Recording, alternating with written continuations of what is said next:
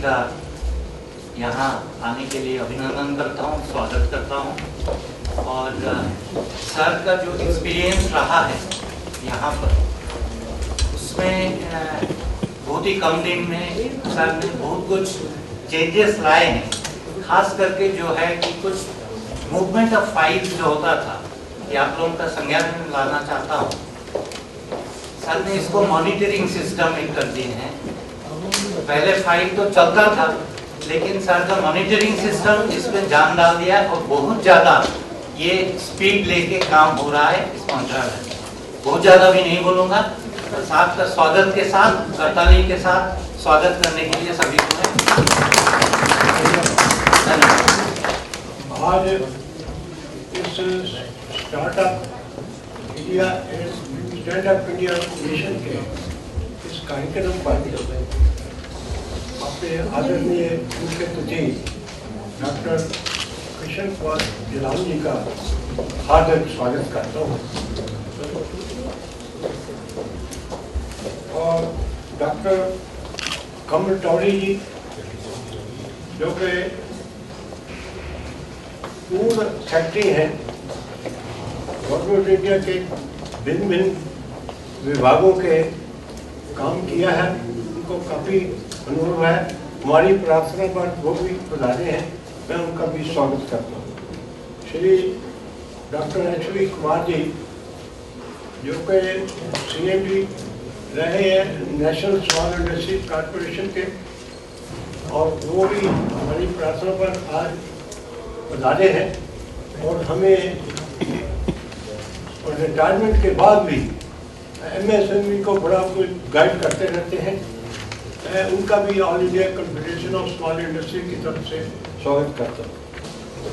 तो ऐसे और भी बहुत महानुभाव यहाँ सदस्य अधिकारी जो हमारे आए हैं, उन सब का भी मैं बहुत स्वागत करता हूँ।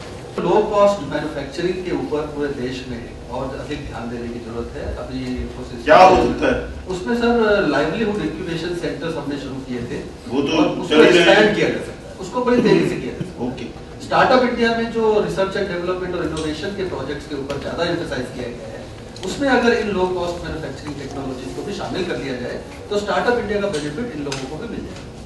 ये एक मुख्य पॉइंट है। दूसरा, फंडिंग के ऊपर मेरा सुझाव ये था कि साहब जो इनोवेशन फंड या जो venture capital fund startup India के अंदर 2000 करोड़ का लगाया गया है, वो भी केवल वही इनोवेटिव प्रोजेक्ट्स के लिए और जो नए आइडियाज डेवलप होंगे उनके लिए फंड ऑफ फंड्स में पैसा दिया जाएगा। तो उनको भी अगर PMEGP की तरह कुछ फंडिंग की जाए लो कॉस्ट टेक्नोलॉजी के लिए, क्योंकि हमारे यहाँ इनोवेटिव टेक्नोलॉजी की उसमें भी साहब इसको शामिल कर लिया जाए। और PMEGP में मेरा एक छोटा सजेशन हो रहा है। PMEGP की योजना आपकी इतनी अच्छी योजना है, पूरे देश में उसका बेनिफिट मिल रहा है, बहुत बढ़िया स्कीम है। उसमें हम 15 से 35% तक कैपिटल सब्सिडी देते हैं। हमारी जो रिक्वेस्ट है वो ये है कि उसका बेनिफिट बहुत कम लोगों को मिल रहा है, 60 से 70 हज़ार यूनिट्स साल लग रही है। अगर उसमें बजट थोड़ा एक्सपैंड किया जाए या बाकी जगह अगर अनस्पेंड अमाउंट है उसको अगर उसमें ट्रांसफर किया जाए तो हजारों की संख्या में और नई यूनिट्स लग सकती है। सिर्फ 1 लाख रुपए का इन्वेस्टमेंट है सर, उसमें 1 लाख रुपए पर कैपिटा एम्प्लॉयमेंट क्रिएट होता है। 1 लाख रुपए में PMEGP में मैंने देखा है 86,000 रुपए में एक एम्प्लॉयमेंट क्रिएट हो रही है, जबकि बड़ी इंडस्ट्री में 4 से 5 लाख रुपए लग रहे हैं। तो अगर PMEGP में हम 86,000 से एक एम्प्लॉयमेंट क्रिएट कर लेते हैं तो नेचुरली हमारा एम्फेसिस होना चाहिए कि हम लाइवलीहुड इंक्यूबेशन के माध्यम से हम ट्रेनिंग दें और ये थोड़ा सा एक छोटा फंड बना के, क्योंकि क्रेडिट गारंटी आप ऑलरेडी दे रहे हैं, हमारी ministry already credit guarantee provide कर रही है, तो बैंकों से लोन मिलने में दिक्कत नहीं होगी। केवल हमें थोड़ा सा बूस्ट करने के लिए स्टार्टअप के अंदर इन लो कॉस्ट टेक्नोलॉजी मैन्युफैक्चरिंग को भी शामिल करना चाहिए। Thank you very much. So actually, whatever the proposal are being coming, we'll assure you that we'll do all our efforts, or we'll do all our efforts to get this complete the sanction the loans to the medium. We don't have any problem. Yeah, right. So thank you. So I would just like to make a suggestion that if the MSME department could give some sort of instructions to every state, are the key crux of the issues which the MSME sector is facing. First is the issue of single window. if every state would have a single window where all the departments के inspectors बैठे हों। इन्होंने शुरू किया है, पंजाब ने तो क्या? हाँ सर, नहीं थोड़ी बहुत कम जगह हुआ है sir. I think we have it in Gujarat, but if we could from the MSc Punjab और गुजरात ने शुरू की है तो कैसी चल रही है, मैं तो ये पूछ रहा हूँ। Gujarat is an ideal role model. I don't know about Punjab. Gujarat में ऑफ कोर्स ये है, एक बार आप अप्लाई कर दिए, आपको इधर दौड़ने की जरूरत नहीं है। टाइम बाउंड पीरियड है, 30 days 60 days में काम होगा। So हमारा अगर MSME डिपार्टमेंट को please write to the various state governments कि दिस इज मतलब not Gujarat model but any model, this is a good model, that be great. Sir another issue which there is there कि let us have कहीं पे भी duplication ना हो। Now I am the president of Dairy Factories Owners Federation. We have so much of duplication here. We have under the government of NCT of Delhi, we have a factory license, then we have a trade license. So if there could be whatever is needed, some licensing, whether you need 4 licenses, 5 licenses, if a standard licensing norm could be recommended by the MSME sector, so that at least people are not harassed. Because we have some gentlemen here from the food department. Now in Delhi, what we are having is first we have to take the central FSI license. Then we have also to take the state health trade license.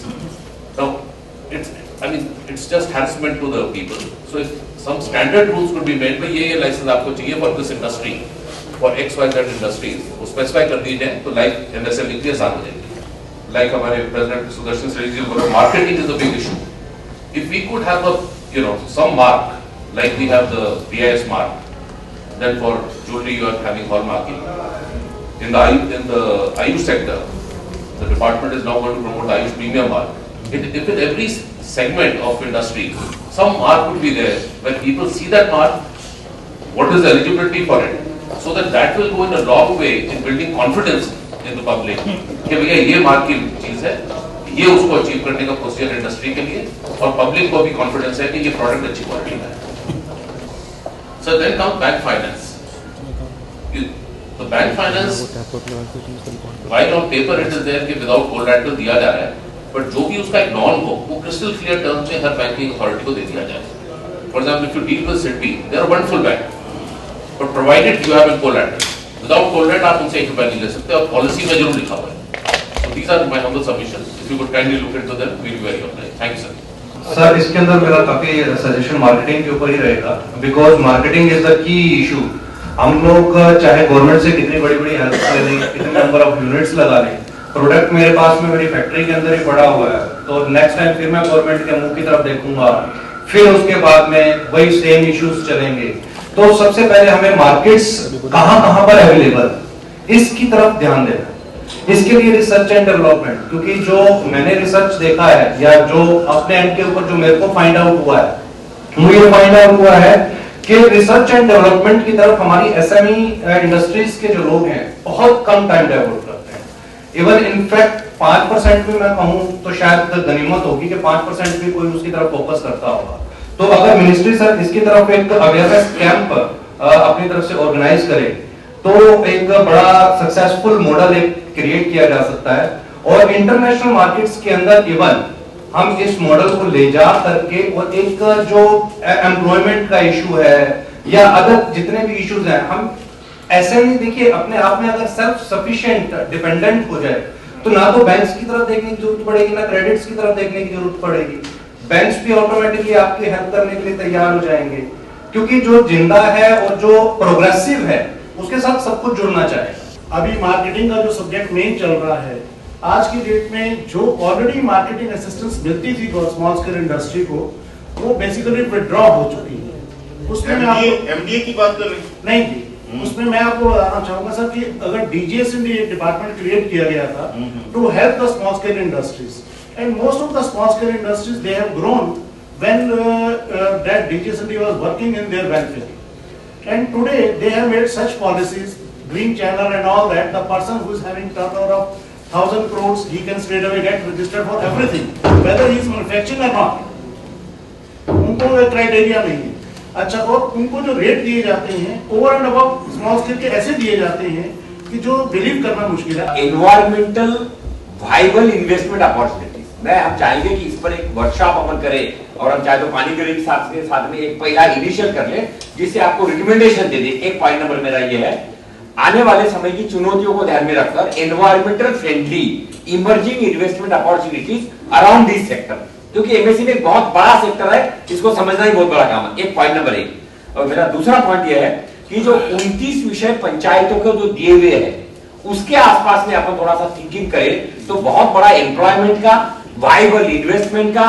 और तीसरा मेरा point यह है कि जो ये problem बता रहे जो पुराने टाइम से जो चली आ रही है, ये मुझे याद है जब मैं था तब भी यही प्रॉब्लम आती थी बार बार, बैंक का इसका कोऑर्डिनेशन समस्या है। तो मुझे ऐसा लगा कि अगर उसमें जहां अच्छा काम हुआ है वो भी अगर प्रेजेंट करें, जैसे बैंक नहीं सहयोग कर रही है, हरदम मैं सुनते आ रहा हूं 25 साल से। मेरा अनुरोध यह है जहां सहयोग किया उनको ले और जहां नहीं किया उसकी पूरी फाइल बना कर दे केस स्टडी के रूप में, तब तो कुछ फैसला लेने में दमदार मजा आएगा। नहीं तो वही होगा। मैं जाना साहब का बहुत बहुत आभारी करता हूं कि वर्क कल्चर अपने को बदलना पड़ेगा। Let us make business. Thank you very much. उसको हम निपटा सकते हैं, उसको हम जल्दी से हल कर सकते हैं। एक एमएसएमई सेक्टर पूरा सेक्टर नहीं है, कोई एमएसएमई सेक्टर नहीं है, ये सभी सब सेक्टर्स हैं। जैसे आयुष वाला एक सब सेक्टर हो गया, और कोई ऐसे ही कोई नट बोल्ट एक सब सेक्टर हो गया, कोई इंजीनियरिंग कोई और सब सेक्टर हो गया। हर एक सब सेक्टर की अपनी अपनी प्रॉब्लम है। ये मैंने शुरू से भी कहा है कि ऐसे 25-30 सब सेक्टर जो आपके हैं, जो इंपॉर्टेंट सब सेक्टर हैं, उसकी अलग से आप समस्या बना लें। तो मैंने मंत्री जी से भी बात की थी, तो हम सब सेक्टर वाइज बैठ सकते हैं और सब सेक्टर वाइज उन समस्याओं को देख सकते हैं कि हम कैसे हल कर सकते हैं, कैसे हल कर सकते हैं। उसमें फूड प्रोसेसिंग एक हो सकता है सब सेक्टर, कोई और सब सेक्टर हो सकता है, जैसे कोई ऑटोमोबाइल पार्ट का कोई सब सेक्टर हो सकता है। ऐसे ही कोई सब सेक्टर बना ले तो हम उसमें देख सकते हैं कि कैसे हल कर सकते हैं। चाहे वो फिर सिडबी के साथ समस्या है, चाहे वो फाइनेंस मिनिस्ट्री के साथ समस्या है, चाहे वो कस्टम एंड सेंट्रल एक्साइज के साथ समस्या है, उनको भी हम बुला सकते हैं और समस्या हल कर सकते हैं। एक बार समस्या आती है पब्लिक प्रोक्योरमेंट की इशू देखिए। पब्लिक प्रोक्योरमेंट के ऊपर हमने अपने आप रीजनल वाइज पहली मीटिंग की चंडीगढ़ में। मुझे खुशी है जितनी भी पब्लिक पीएसयू वहां पे आई हुई थी, सभी ने अपनी प्रोक्योरमेंट 20% से ज्यादा एमएसएमई से की हुई। कोई भी हमें पीएसयू नहीं मिली जिसकी 20% से ज्यादा समस्या, 20% से ज्यादा प्रोक्योरमेंट ना हुई हो। ऑफ कोर्स SC/ST एंटरप्रेन्योर अभी उतने नहीं मिल रहे हैं जितने उनकी दरकार है, जिनकी उनकी जरूरत है। तो SC/ST एंटरप्रेन्योर में हमें ज्यादा काम करना पड़ेगा। जहां तक एक लाइवलीहुड इंक्यूबेशन सेंटर की बात की जैसे, और या टेक्नोलॉजिकल इंक्यूबेशन सेंटर की बात की, ये हम काफी खोलने चाह रहे हैं। ताबी साहब ने बात की कि एनवायरमेंटल फ्रेंडली जैसे हनी बी का, जैसे हनी बी के ऊपर ही हम काम करें, लोगों को बहुत ज्यादा एम्प्लॉयमेंट मिल सकती है। ऐसे एनवायरमेंटल फ्रेंडली जो अपॉर्चुनिटीज हैं वो हमें ढूंढनी पड़ेंगी, स्पेशली विलेज लेवल। तो ऐसा होता है कि जब भी मैं मीटिंग करता हूं, आप एक बहुत छोटे परिदृश्य को दिखाते हो। एमएसएमई मैन्युफैक्चरिंग सेक्टर जो ज्यादातर समस्या आती है वो small and medium industries manufacturing sector की आती है। माइक्रो के ऊपर जो सबसे ज्यादा एम्प्लॉयमेंट देता है, जब आप एम्प्लॉयमेंट बोलते हो 10 करोड़ तो सारी काउंट करते हो। ये नस है, यही तब आप सारी काउंट करते हो। अब तब आप small and medium manufacturing sector की एम्प्लॉयमेंट की बात नहीं करते। माइक्रो सेक्टर मेजर एम्प्लॉयर है। माइक्रो सेक्टर के ऊपर हमारी कोई स्कीम ही नहीं, अब आती भी नहीं यहाँ पर। मिनिस्ट्री की कोई स्कीम भी नहीं है माइक्रो के ऊपर। हमें माइक्रो के ऊपर क्या कुछ काम करना है या नहीं करना, उसके ऊपर आपकी गाइडेंस हमें चाहिए कि हम माइक्रो के ऊपर क्या काम कर सकते हैं। एक इन्होंने बात की कि विमेन एंटरप्रेन्योर्स को कैसे बढ़ावा दिया जा सकता है। That's another issue, that's another major issue. उसमें दो बहुत अच्छे हुए हैं। एक तो इनिशिएटिव प्रधानमंत्री जी ने लिया है स्टैंड अप इंडिया में कि हर एक बैंक एक नया विमेन एंटरप्रेन्योर जो 10 लाख से 1 करोड़ के बीच का होगा उसको क्रिएट करे। उसकी स्कीम अभी अगले 15-20 दिन में आ जाएगी DFS से बनके। मुझे उम्मीद है कि वो अच्छी तरह लागू हो जाए। हमें तो प्रधानमंत्री जी बहुत फायदा दे रहे हैं।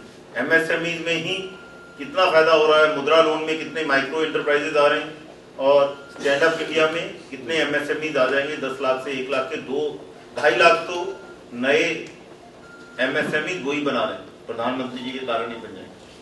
मैं आपको इतना विश्वास दिला सकता हूं कि आप जो एक सही तरीका बताएंगे, और कोई बहुत ज्यादा लोगों को सेटिस्फाई नहीं करना। त्रिपाठी जी और मुझे मेरे साथ बैठेंगे, हमें सेटिस्फाई करेंगे, हम तुरंत चेंज कर देंगे।